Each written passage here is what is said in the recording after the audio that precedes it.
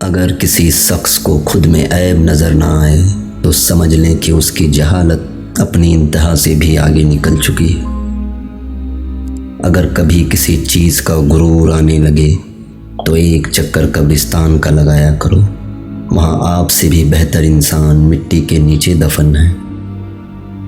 اگر ہم سے غلطی ہو جائے تو ابلیس کی طرح دلیر نہیں ہونا چاہیے، بلکہ معافی مانگ لینی چاہیے، کیونکہ ہم ابن آدم ہیں، ابن ابلیس نہیں۔ وقت نے ایک بات سکھائی ہے، ہر تعلق، رشتہ، ناتا تب تک زندہ ہے جب تک آپ دوسرے کے معیار اور توقعات پر پورا اترتے ہیں۔ الفاظ کا چناؤ سوچ سمجھ کر کریں۔ آپ کے الفاظ آپ کی تربیت، خاندان اور آپ کے مزاج کا پتہ دیتے ہیں۔ بے لگام الفاظ بے لگام جانور کی مانند ہوتے ہیں۔ وہ جو تمہیں باہر سے سخت اور بد مزاج نظر آتے ہیں، اگر ان کے اندر جھانک لو تو تمہیں ان پر ترس آ جائے گا۔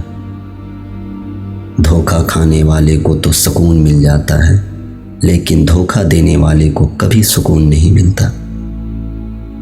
برا وقت ہمیشہ گزر جاتا ہے، چیزیں ٹھیک ہو جاتی ہیں، بس انسان کا ظرف آزمانا ہوتا ہے اللہ نے۔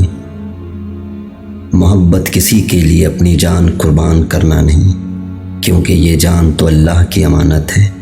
محبت تو کسی کی رضا اور خوشی کے لیے اپنی رضا اور خوشی کو قربان کرنے کا نام ہے۔